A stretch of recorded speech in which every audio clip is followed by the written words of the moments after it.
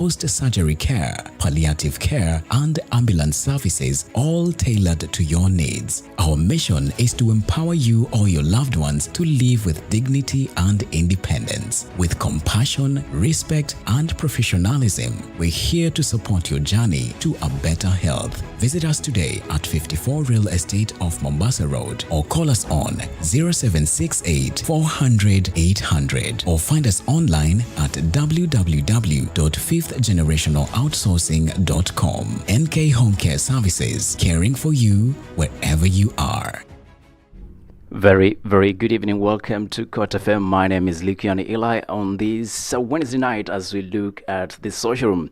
As we promised, we are delivering tonight, and the conversation tonight is nothing less than what you want to witness and listen to. And our guest, Julie, is also on standby to ensure that we are bringing you the details as we had promised. Now, what is the conversation of the night, you might be asking? And the conversation is all about that shortcut that you and I love. You know, we have become people who, when things happen, you know that guy around the corner who you will go to and they'll tell you, wewe nimekuangalia hivi, wewe uko na malaria.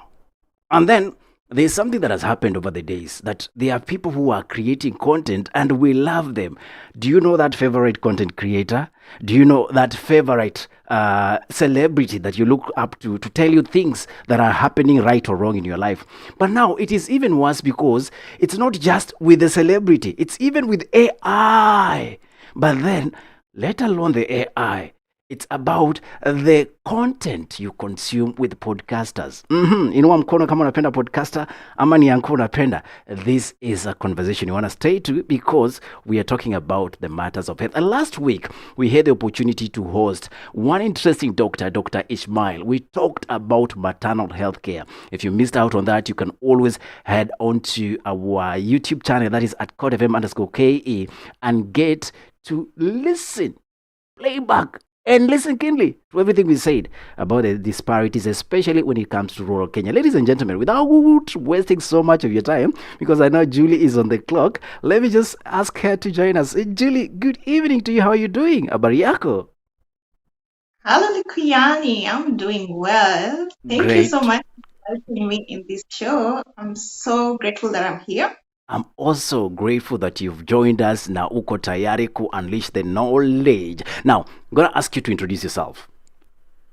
Asante sana. So, my name is Judy Ogutu and I reside in Germany. Professionally, I'm a trained nurse here in Germany and I have around 4 years of experience in intensive care unit, and at the moment, I actually work in clinical research environment. Apart from that, I have a very lovely hobby, which is podcasts. I think most of you have heard about Talk with Judy podcast by Doki's Advice. So I can't mention Talk with Julie without mentioning Doki's Advice as well, because Doki's Advice, we work together to bring health back home, which is really important with our camps back home every year. So that's what makes Julie. And I'm grateful to be here and to talk about this much today with you. Thank you. I'm actually excited that you've joined us, and of course, I'm sure our audience are equally excited to have you here because this has been long time waiting. You know, Julie, let me just take your mind back. When we officially launched Court FM, I told you, Julie, I need you to come over. And you're one of the few people who sent in your voice recording of, "Hi, this is Julie from Julie Pod." Able to pay your line so that we can ensure it is you. Julie. Oh, tuko na delay namna gani? All right, talk to me. All right, I can hear you. So, it was just like, hi, this is Julie, Talk with Julie podcast, and thank you for listening. For tuning in Court FM. All right. Anyway, now welcome back officially to Court FM. Glad to have you here. And of course, our conversation tonight, it's all about the matters that we call health issues. Julie, you love talking to people by virtue of the fact that you are a podcaster. But again, in the advent of information what I'd say, dumping, people are constantly looking for knowledge, if not exploring information that will help them address from not just their day-to-day lives, but importantly, even matters health. You have been doing this for some time now. What exactly do you do with your podcast and advice by Doki? Why Doki in the statement? Okay. So first of all, I would start with why I do podcasts, right? So I think I started to develop interest in podcasts way back when I was in campus, because I was trying to look at digital health and what can I do. So during this time, I decided to just create my own podcast and write it as thesis. So that's when it all started way back. Yeah. Then on my journey, I met people that have the same interest as me, like you as well. So not to mention Doki's advice, it's led by Dr. Ogutu. So when we connected with Dr. Ogutu, we were just networking, and we just realized we are doing the same thing. And now, how can we combine our knowledge together? How can we do this together? And that's how I just Talk with Julie came in to work together with Doki's advice, and that's why Talk with Julie by Doki's advice. That's how we came. So let me take you back to even some of this. I mean, I have some of this background information because I must dig on my guests before they come here to spill their own gospel of not truth.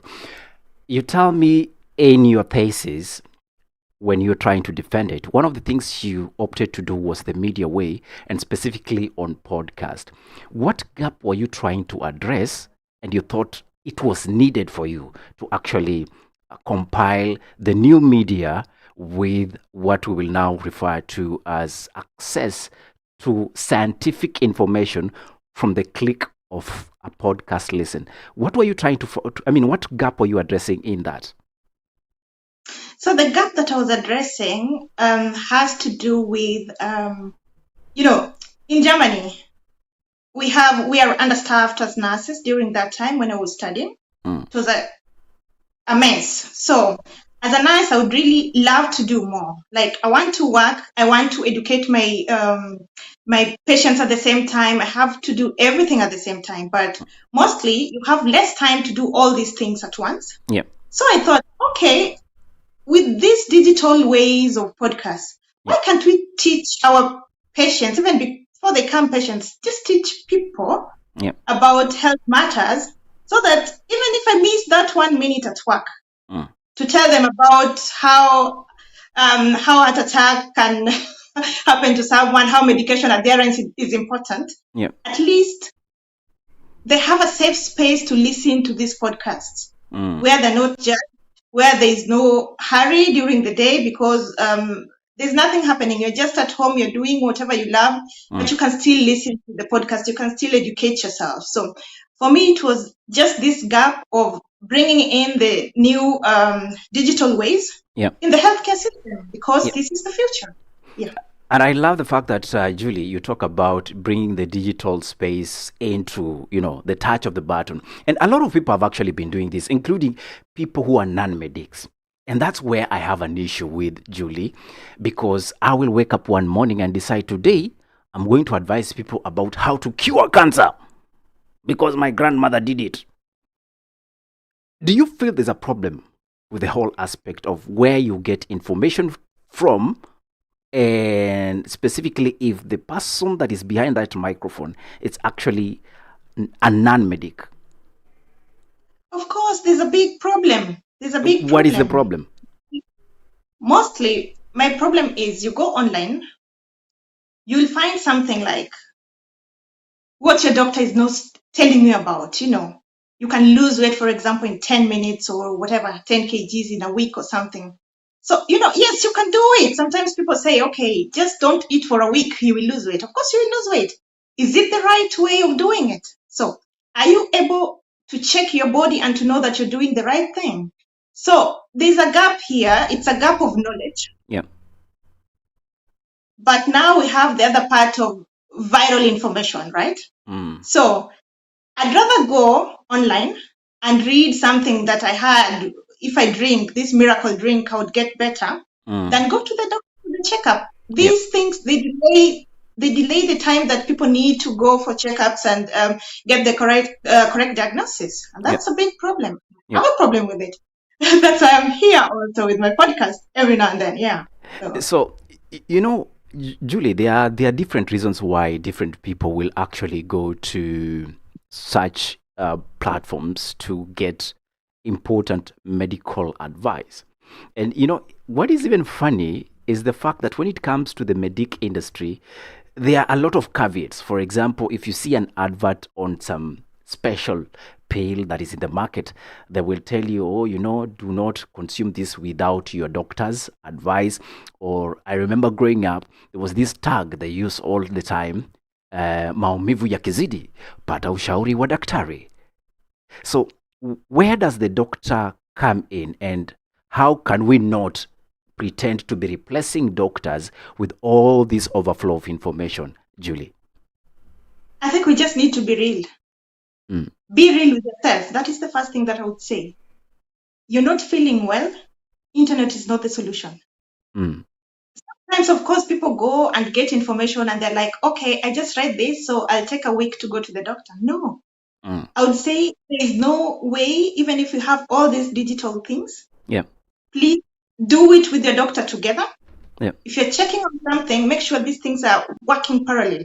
There's no way you can just replace and just say, okay, now you know what? I'll go and read this information and follow whatever prescription I'm reading online from Dr. Influenza or something like that. It doesn't work out that way. In the long run, we'll have problems. You might not see it right now, but most of the time also, most of the diseases, it takes time until it shows up. You might be okay, you might think you're well because you read something and you drank water, of course, and you did whatever simple thing was in TikTok, right? So you did it and you feel better. But that's not the way. That's not the way. So, Julie, in your introduction, you told us that you work as a nurse in the ER. Did I get that right? No, I've worked in ICU before, intensive care unit, but right at the moment I work in clinical research. In clinical research. So, what is this case you ever received? And I know you're talking from the nurse perspective, that you're thinking, this is Doki's advice gone wrong because someone decided they could treat themselves. Tell us about that experience, if any. There were lots of experiences, but what used to amaze me the most is you come in the room, you have your plan of the day for a patient, and they'll be looking at you and saying, oh, but I checked this on Google. Should I really take it just in the morning? Then I'm like, okay, which Google information is that? But what I appreciate in this, in the first place, is like somebody's able to say where they got the information from. They're able to share it with a health profession. That is the start of correcting all these things, If you're ready to share where you got that information. Because it makes work very difficult, even because everybody is different also. So you can't tell me that you read something in Google and now you're not sure what the doctor is prescribing to you, if it's the correct doctor, for example. I've experienced such things, So, but we could be arguing that you cannot or you shouldn't be consulting. I don't know if I'm preempting, but you shouldn't be consulting and making your decision based on Dr. Google. But there's another disparity that comes with it. There's the financial implication with you going to hospitals. We do know that medical access is expensive, not just in Kenya, for example, but around the globe. You live in developed countries, you know what it costs to access good health care. But then when you go to hospital, your doctor is also Googling with you. At least the doctor. So I'll say something. If the doctor is Googling with you, I don't know where you got that from, or maybe you heard it somewhere that it's happening, but I've actually experienced it. We are there and the doctor is asking you, oh, so how are you feeling? I'm feeling, then they are also there busy Googling. But what I want to know is, there could be the aspect of this is a profession, but then again, they are making their research on a profession basis. So what is the danger when you decide to make a complete medical decision based on that one information you've been able to gather online? Any? So what I mean is like, for example, if I'm going back to your point about, for example, when the doctor Googled something, yeah, the difference is the doctor can filter out. He has the background of filtering out good information and bad information. Yeah. You don't have that background. So he might read something because the other thing that we need to be very careful about is like digitalization is here. Yeah. We are experiencing it. It's going to come to the medical field even more. Yeah. Use of AI and all these things. It will come in the medical sector also, that it will be okay in a few years for doctors using certain apps and certain systems. So that is something that we cannot deny. But the only point that I have here is at least have the background of knowing how to filter what is scientifically proved or not.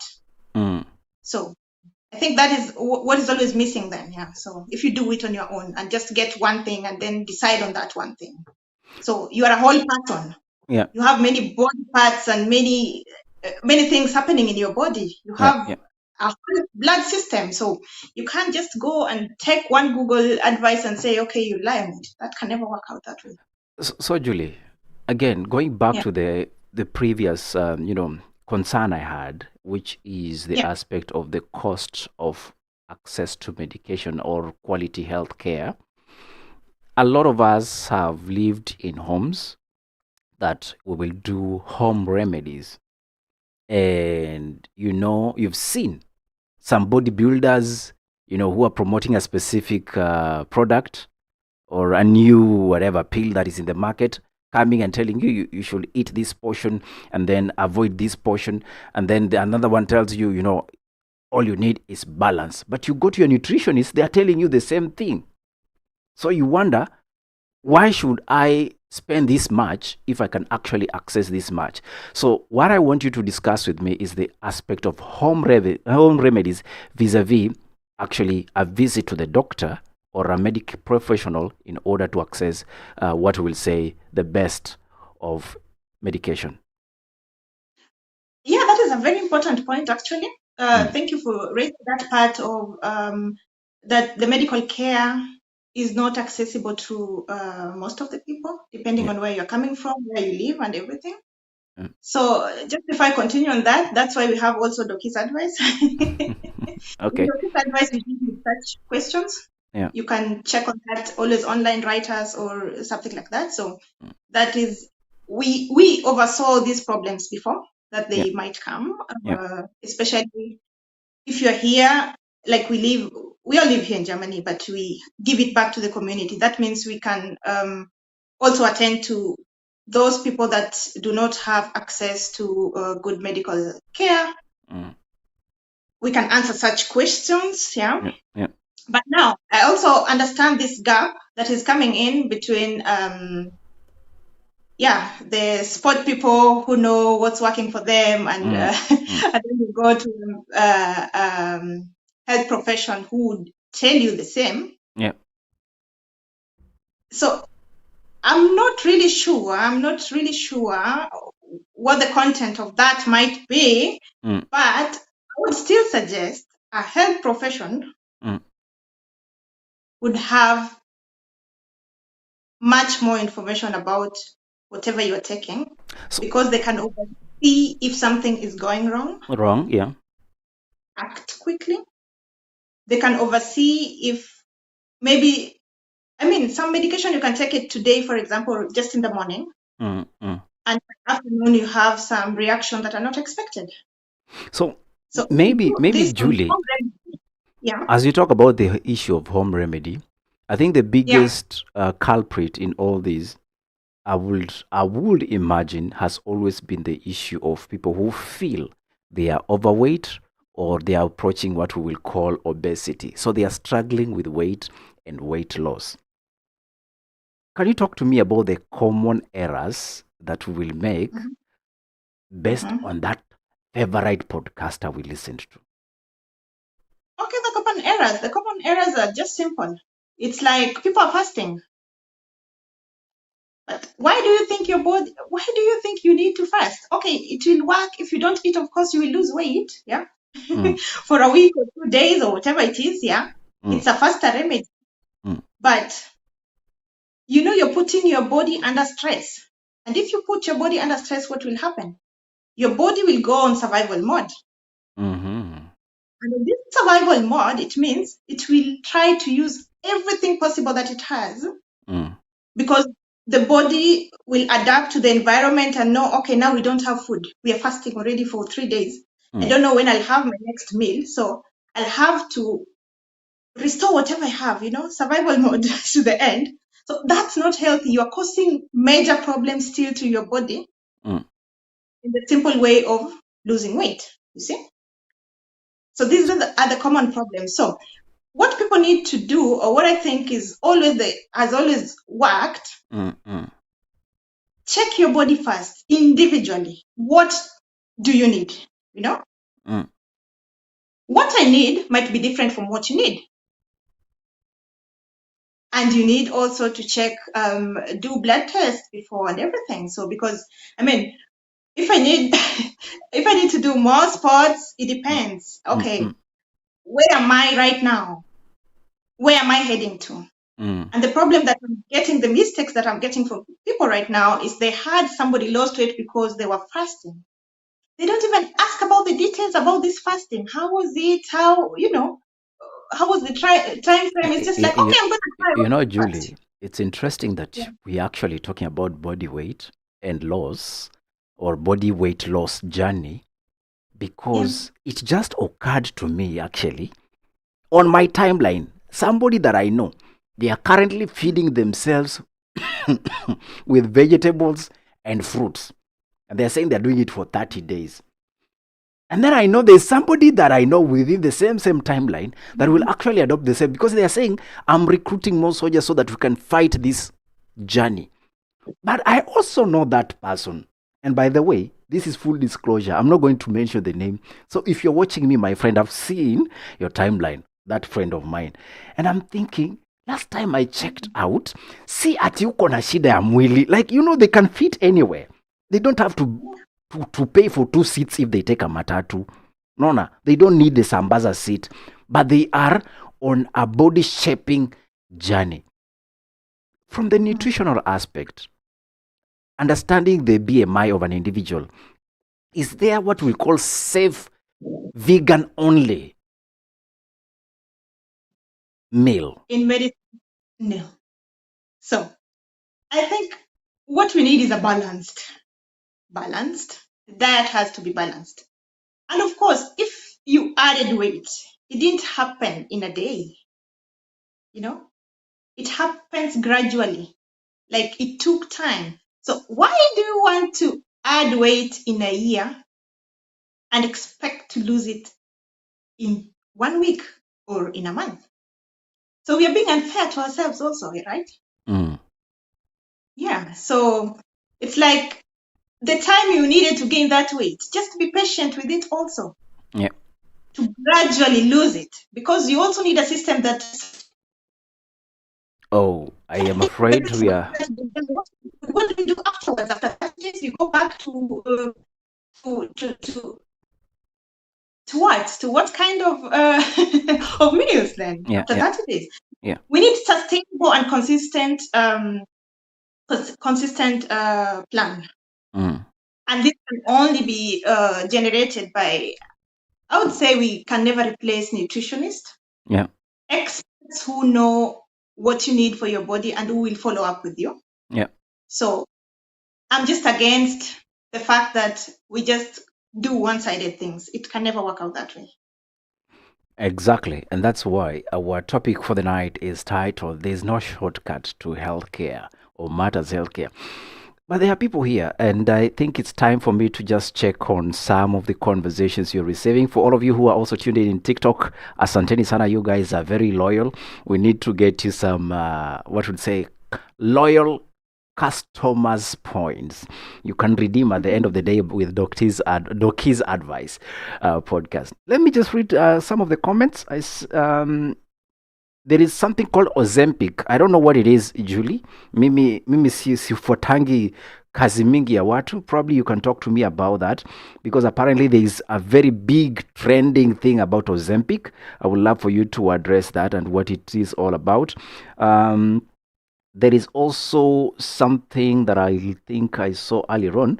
Pardon my eyes. I think I need to see a doctor. But for now, the Ozempic thing, do you have any clue about it as I try to get the rest of the comments? What is it all about? Yeah. Okay, Ozempic is the recent. Hey, the world is evolving here. So for the diabetes patients, they can use Ozempic. And unfortunately, or I don't know if it's proven, or I've not dived in so much in the Ozempic issue. But what I've seen is the results online, what people are still posting that they used Ozempic and it worked for them for whatever reason. But my problem with this kind of matters is we don't have scientific approval for the next. What will happen afterwards? Like, okay, you lost weight. How will it look? How will it look like in the coming years? After losing weight, will you go back and take Ozempic again? So it's something that is there, but I would really have it as a topic for another day completely. Yeah. At the moment, I would just say no shortcut. Let's just go the long way. Aya, momesikia.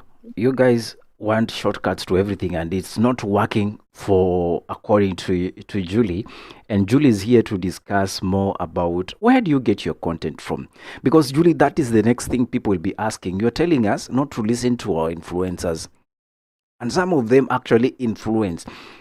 Is there a very, what I will say, a not to do when it comes to advertising medical products?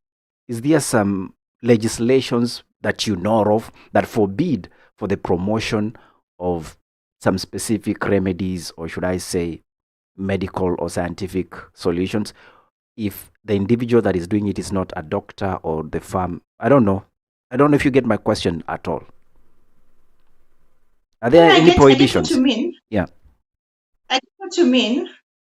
Normally there should be, but as I said, the world is evolving and these things are now getting us, we are at a point whereby we're dealing with these things. And I think we are getting at that point whereby these apps like TikTok and maybe even Facebook, I don't know, because you read this everywhere and people are really talking about them, that it worked for them and they're just commenting. The rules and regulations normally, yes.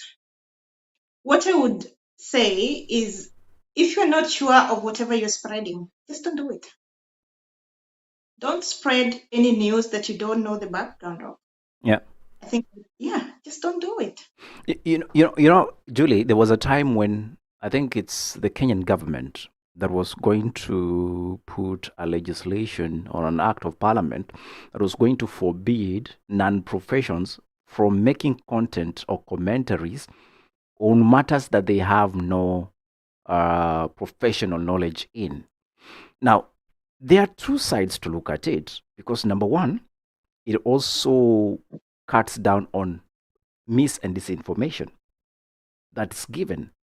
However, there is the aspect of creativity that is also put in danger and source of income. If you were to advise the lawmakers when it comes to content creation that is on matters health, what would be your biggest proposals that you think need to be put in place?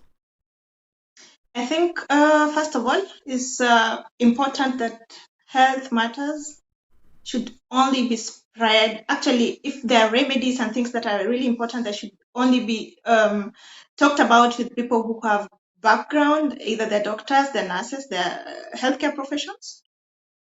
And there should be a way of verifying this, even in TikTok or in Facebook.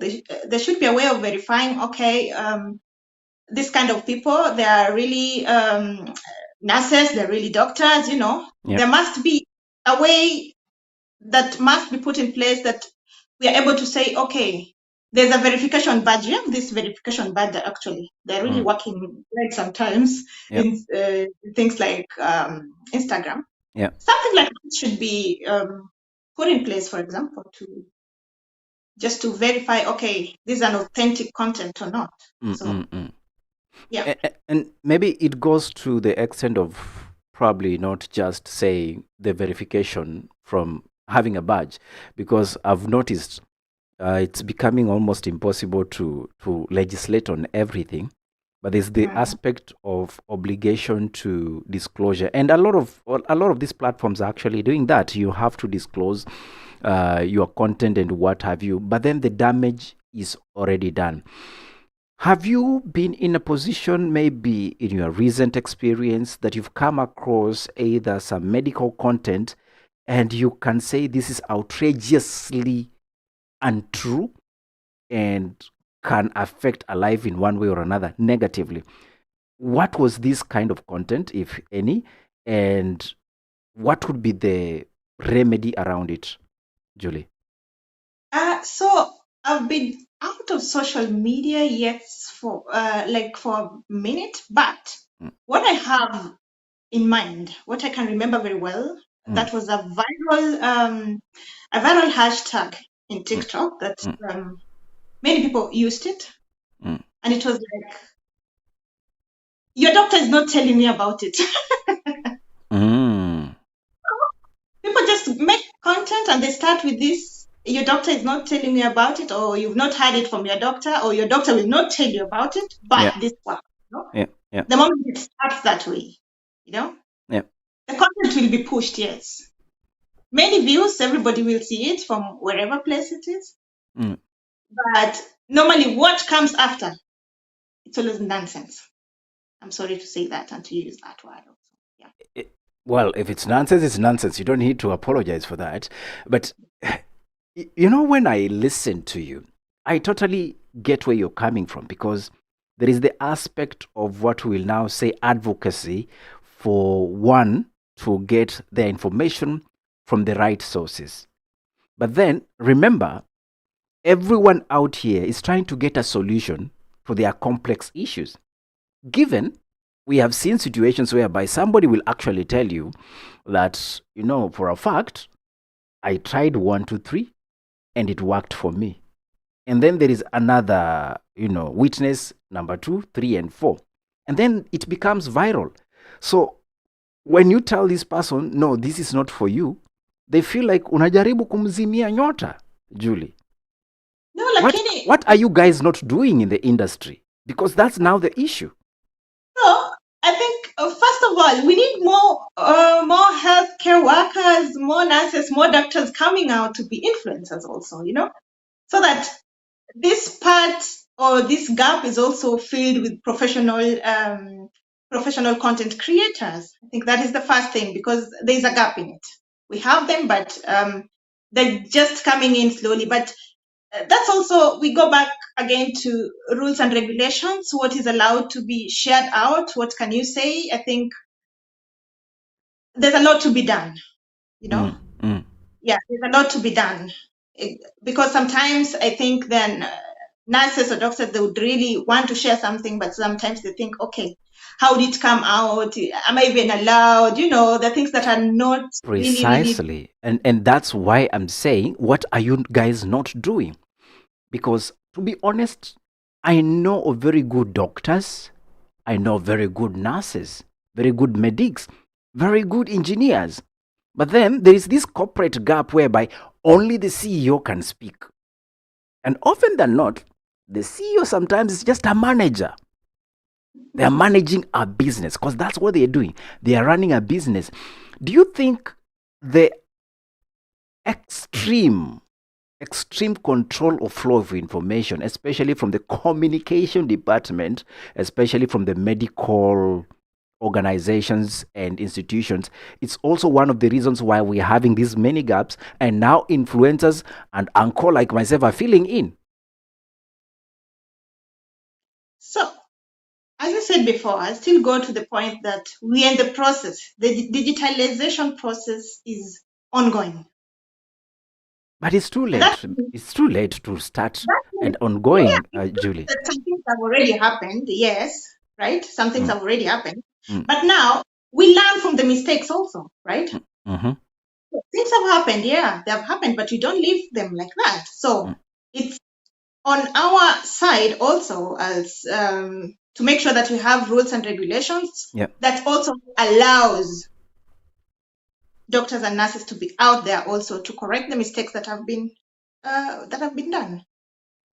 Yeah. You know, Julie, and I'm not going to leave you just to brush. I know you are also, I can tell you're being careful what to say, not to say. Can I call your boss and tell them, allow Julie to speak? Because this is important. Anyway, kidding. You see, this is the biggest, factor that contributes to mis and disinformation on such serious health issues, whereby myself or someone else who does not know what has to be done will go with what is available to them. The extreme aspect of putting caveats on what professionals should share and not share, to me, it's a big issue. Because then it locks out people with the right information and knowledge from actually spreading it to the right people. And what happens as a result? You and your friends who are somehow known as the professions, you will do your own meeting, then you'll talk to your own nurses, to your own doctors, and then you'll give us a small snippet of news. But the junk of what you're supposed to be sharing and dispensing out there remains amongst yourselves. What are you doing at your place of work to improve this aspect of getting things out there? Because I really want to know that. If you are allowed to share. To say the truth, I'm not actually sure if these issues are being tackled. Because if we talk about digitalization, and I told you, talking about podcasts, it's way back, years back, right? So it's taken a lot of time even to start seeing health podcasts from hospitals, for example. I don't know where you live, but I'm talking about Germany, for example. Yeah, there are a lot of regulations, yes, but sometimes these regulations are also to protect. It's not just all about, okay, we want to keep everything to ourselves and I don't know what. At the same time, there's some things that needs to be protected as well. Yeah. So the way you were telling me, going back to your point, you're saying maybe somebody in TikTok says 1, 2, 3 worked for me. The next person also says 1, 2, 3 worked for me. Yeah. It's like, okay, this is now a viral post and everybody is seeing that and people are happy. No, everybody is an individual, and individuals are treated differently. So such things, it's the small things. Yeah. But I think with time, I'm hoping that in this digital world, things change. Yeah. Especially on our side as healthcare profession, that will be able to get, I don't want to call it freedom, but yeah. It is freedom. I think there's too much gagging that happens in all these corporate worlds. And to be honest, I don't want to again decide or say what it is, but from my suspicions, it's protecting the science, it's protecting the profits, among others. That story for another day. Now, we are speaking to Julie, and Julie is an amazing, amazing individual. She hosts podcasts on matters health, and she calls it Julie Podcast with Doki. Advice with Doki. And she's advising us on why not we shouldn't be getting information about healthcare issues from that friend of yours that is doing some journey on weight loss. And that's why we're saying there's no shortcut to health matters. I would love to get your comments, if any, then we can be able to proceed to the next one. I see Liz here who says, I'm a victim of ISO supplements in the name of Kutafuta Big Teas. Nothing happened to my plums. Okay. That is interesting. We can lay hands on you and pray for you. kidding. We'll talk to Julie about this and find out. Let's see. Makosa ni ku assume ati these people care. If money is involved, they even sell to us kitu inakumaliza. Some words cannot be used here apparently. You know, also the aspect of having these platforms and too much that word inakwambia huwezi sitamka ile, otherwise your session will be ended. That's why I cannot mention that word. Those products that can unlive you. All right. Also, Stella shares and says you can actually verify if a doctor is qualified and licensed through the KMPDC, that is Kenya Medical Practitioners, Dentists and Poison Board, I believe so, website. But then, Julie, it's not really about the doctor that is licensed. It's also not about the really in the person that is speaking. It is the information that they are sharing and the possible effect that information can have on you. As we try to wrap up this talk, I want us to be very practical, Julie. We started with the aspect of access to information and knowledge. We also looked at the aspect of the health disparities that exist because of issues such as the economics and the economics of scales when it comes to purchase and all of that. We have had in the past where people go over the counter and purchase medication, and I've seen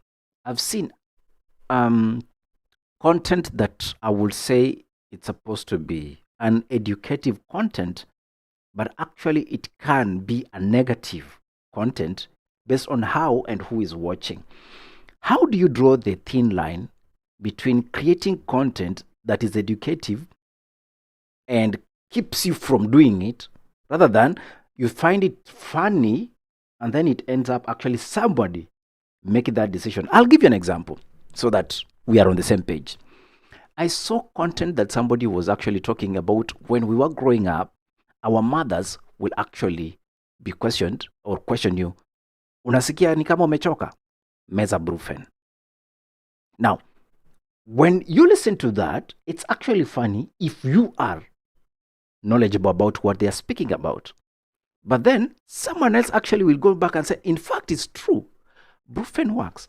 And for me, that's a difficult way to split the hairs between great content that is informative and content that is intended to inform, but it ends up getting you to the same place that you are trying to avoid. So, Julie, how do you curate your content to avoid this unnecessary confusion? Because you create content. What do you do? So, according to my content, is content full of experience. That is the first thing. Is clinical experience that I'm coming with, and then I talk to people also. And as well, I have some guests sometimes also in my podcasts, of course. And while talking to my guests, I can always directly filter out like, oh, okay, that is just an individual experience, which means sometimes if it's just talking to one guest or something, you cannot take it as it's just a representative of many, right? So it's full of experiences and research also. Yeah. We're talking about it, then I go check, because we talk a lot about evidence-based information. Yeah. So I think, okay, at the moment, where are we? How does it look like? And is the information still the same as maybe I learned it with the experience we have? Because sometimes you can have experience, but things are changing. So you need also to refresh a course. Yeah, exactly. You need also to always refresh. So that's how I come about something. But sometimes it doesn't mean even after searching, doing the research and everything, you can come to a conclusion and say, okay, at the moment, these are the solution. This is what is in the market, or this is what is done. This is what is working. And sometimes there are also no solutions because they've not just been proven, And we have to accept also those parts where we have some things that haven't been proven and they have not been proven. You don't know what Ozempic will do to you in 20 years or 10 years. Yeah. Scientifically, it's totally proven. So Let me pick your mind on something, because it's also when it comes to content. There's a news article that is published talking about the new discovery or the new approved way of the way of making sure that you do not contract HIV/AIDS. You know that thing that was going viral? And Kenyans were celebrating, tumepata dawa. Now we can do it. Now we can do it. There is the aspect of preventive medication, Julie. Yeah. But then at the end of the day, is the aspect of the possible risks that could come even with the preventive medication that exist. If you were to advise consumers of not just news, podcast, and even possible medication that is now the advanced technology, what are the do's and not do's? So, first of all, I would not really want to speak about the new medication.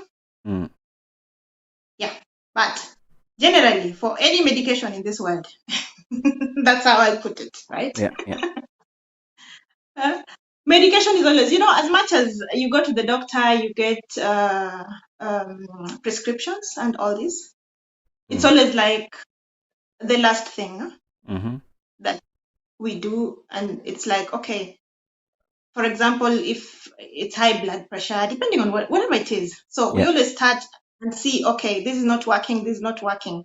So that is if you are consequently going to your doctor and you have all these appointments. So then we are like, okay, if all these are not working now, unfortunately, we have to go and start medication. So for things that you can take care of without medication, why should you take medication?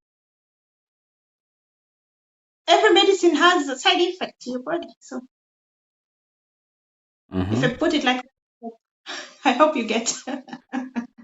Lakini sasa na venye tulikuwa tumepanga baada ya kumaliza hii mambo ya Ramadhani na kusulubisha Yesu, we go back to basics. Why are you discouraging us? Swali ni. Yeah. If you can do without it, why do you take it? Nataka mnijibu hiyo. Haya basi, washikadau nataka mtujibu leo. If you can do without it, why do you think you take it? The ways that have been proven that have worked for over years now. So, why the quick solution now? And might be like, why? You people know what we are talking about, okay? Because we are not paid to advertise it. We are not going to talk about it. But you know what we are talking about. Let's find out. People are still on the issue of the turmeric and the things they consume. You know, this is how you spread rumors on how you're going to lose weight. Please don't follow the advices you're receiving from the other doctors. Get what we will say professional advice on what needs to be done and not to be done. In the meantime, let's just get a quick break. And when we come back, we continue with a conversation that is focusing on matters. What do we call it? We call it the issue of there is no shortcut to health matters.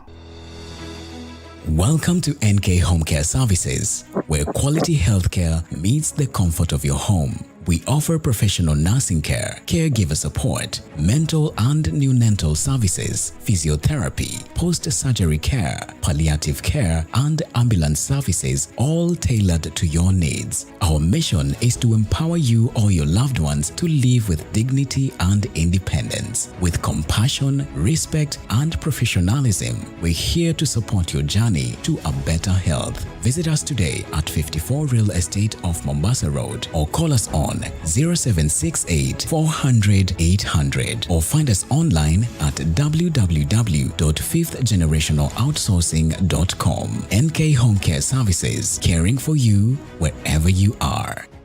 Indeed, and we continue with the conversation tonight. Nakwambia leo imekuwa ngumu because I feel like this issue of medications and access to knowledge and information, really hawa watu wa hospitali ni makatel, wana control information sana, but is it for public good or is it for wanaita ni royalties? Mnataka royalties, si ndio Julie? Ni royalties mnataka according to doctor. Really advocate for patient care, so that is the first thing that is really important. All right, I'm gonna ask you a few questions, and again, you are allowed to answer them. There's no wrong answer. You have been in what I will say the adrenaline moment. What was the highest part of it that you are like, I must save this life? Ama ulisema hii wacha iende, I can't? Can you come again?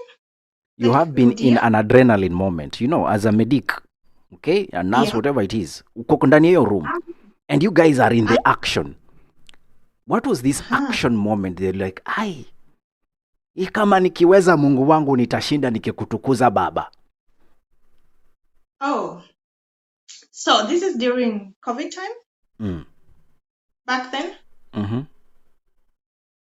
it was a tough moment, or moments actually. Yeah, so we are having every other night was always really hard. So I had this situation whereby we were really understaffed, and I think that is a common thing that nurses are understaffed. Yep. So during this moment, as I told you before, I used to work in the intensive care unit, and there's something called team lead. Yeah. So on that night shift, I was actually the team lead for the night. And you know, during COVID, you needed to dress up a lot of things before you go to a room. And on a certain night, we really had several reanimations.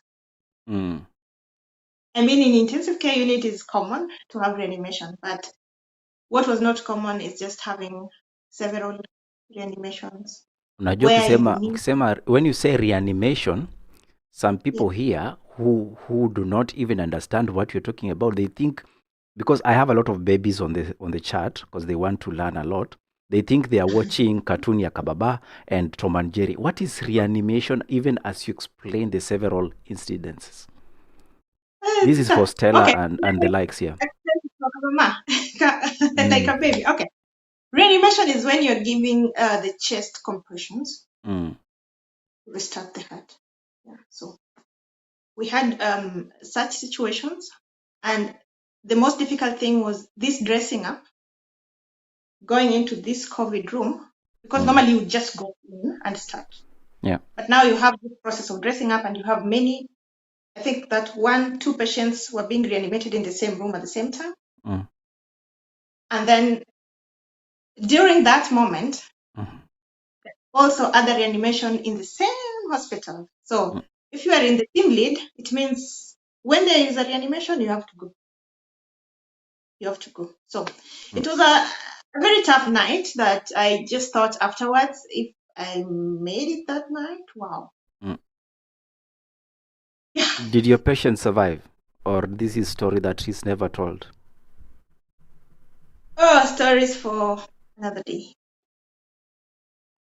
Have you ever lost a patient under your watch? Many patients, yes. Does it take a toll on you? Of course. Or this is the day you are prepared for, like pilots? I mean, what I came to learn is with time in your profession, the more experience you gain, the more understanding you will have about life and death. The more understanding you will have about why somebody is dying. So I think at the beginning it was really tough. But with time, when I had more experience and when I understood the connection between diagnoses and how one would come to an end or end of life. I do not say that it was now perfect, but I could deal with it better. If there's anything you will change in your profession to ensure both the patient and the caregiver, plus the doctor themselves, and of course the nurses, who are the beginning and the end of the patient's journey, because I believe so, what will that be when it comes to information? So I think the most important thing is we have to work as a team, and communication is really important, especially when the patient is in hospital. And now, actually, you have to trust the nurses and doctors and say, okay, this is my mother, this is my father, this is my whoever. There must be a certain trust in it. And also the patient should also create this trust depending on how sick the patient is. If he's in a situation whereby he or she is able to, it's important to work together and have one team. So that what I experience, why I'm saying this, is sometimes you go to a patient. Yeah. And maybe 5 minutes ago, the doctor was in there, or a relative or somebody. Everything was perfect. And then you come in and the patient will be asking you, what was the doctor saying? Yeah. So it's in a way that they have to trust everybody that is working with them. But trust is a very difficult thing, Julie, especially if your life is on the line. And there are circumstances whereby the person that is supposed to save your life literally takes your life. Do doctors and nurses ever make mistakes, or that is the journey of every other beginning and the end of life? I mean, nobody would want to make a mistake when it comes to a patient's life. Nobody would want to make a mistake. That's what I'm saying. So if I'm allowed to leave it at that, nobody would want intentionally to make a mistake. Okay. So, yeah. All right. Those are some of the things that happened in the intensive care unit. This was our intensive moment, because the reality of the matter is we are just but humans. But then again, doctors, in my view, do not keep you alive. They just delay your death. And I know it's a very uncommon for people to say it. Yes, go ahead. Yeah. Can you expand on that a little bit more? Yeah, in my view, and maybe I'm wrong. You see, Yeah. if there's anything, if there's anything that is certain, is death, not even life itself. Death is certain. When it happens and how it happens, it's another whole issue. But hospitals, doctors, science, medication, information that will keep you healthy only delays the time that the ultimate call happens. So in my view, it's inevitable. But then again, thumbs up to men and women like yourself who put in the work to ensure that we are actually able to enjoy a good life when we are still on planet Earth before our clocks ends. That's why I'm saying, I believe, in my view, the medical industry, it's not to avoid death, it's to delay it and make sure that you get the best of life while at it. Is my theory too tough to handle? It's your view, so I won't really get into it so much. I have a question for you. What do you normally do when you are unwell? Precisely. I overthink. Yeah. I overthink of what would be the worst that will happen. Okay, this overthinking, how long does it take? It takes me enough time, for example, By the time I am sick and feeling unwell, the only thing I want is to get a doctor to fix it. Because I know if they don't fix it, there is a possibility the inevitable will happen. Okay. I just wanted to understand your theory. Thank you. You know what? This is the only time the guest gets to interview the host, and I love it. We've been hanging out with Julie. And Julie, before I allow you to sign out, I will give you an opportunity to, give us your final words. And then also for those who are trying to get in contact with you, because I've seen Eric here asking how could they reach out to you. Probably this is your time, Julie. Go ahead. So thank you so much for having this chance to be here, and I really enjoyed the conversation. It was really, at the end we had this intensive part which was really amazing, that I had to think about some personal things that happened in the past, and I really loved it. Yeah. So if you want to reach me or to write me, you can just check Talk with Julie in Instagram. Yeah, at the moment I'm not on TikTok, but Talk with Julie Instagram or in Facebook. You can find me there and leave me a message. Or if you want to do a podcast with me, so just write me and I'll get back to you. It was such an amazing time to be here. Yeah. Be patient with yourself. That's what I would say. Do not take everything to be so, how do you call it, serious on your search as well. As much as we're talking about serious things, we need to learn to be also easy with ourselves. If you want to get information and learn about things, I would say it's better also to just learn about these things.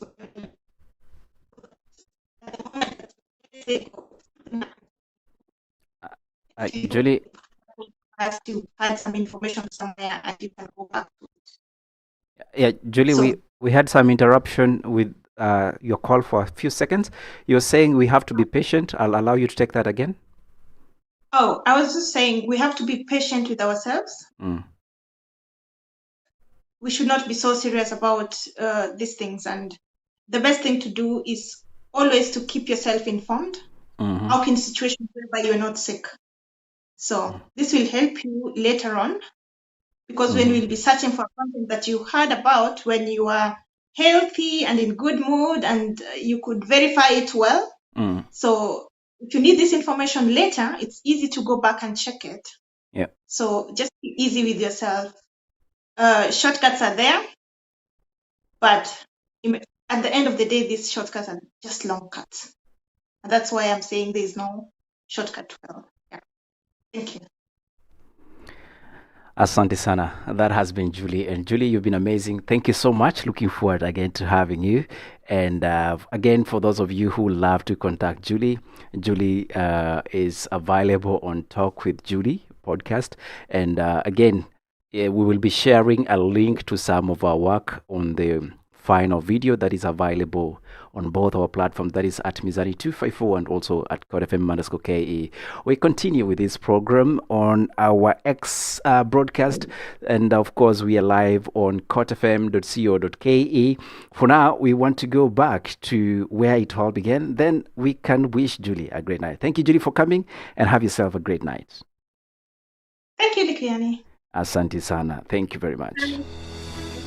Welcome to NK Home Care Services, where quality healthcare meets the comfort of your home. We offer professional nursing care, caregiver support, mental and neonatal services, physiotherapy, post-surgery care, palliative care, and ambulance services, all tailored to your needs. Our mission is to empower you or your loved ones to live with dignity and independence. With compassion, respect, and professionalism, we're here to support your journey to a better health. Visit us today at 54 Real Estate off Mombasa Road, or call us on 0768 400 800, or find us online at www.fifthgenerationaloutsourcing.com. NK Home Care Services, caring for you wherever you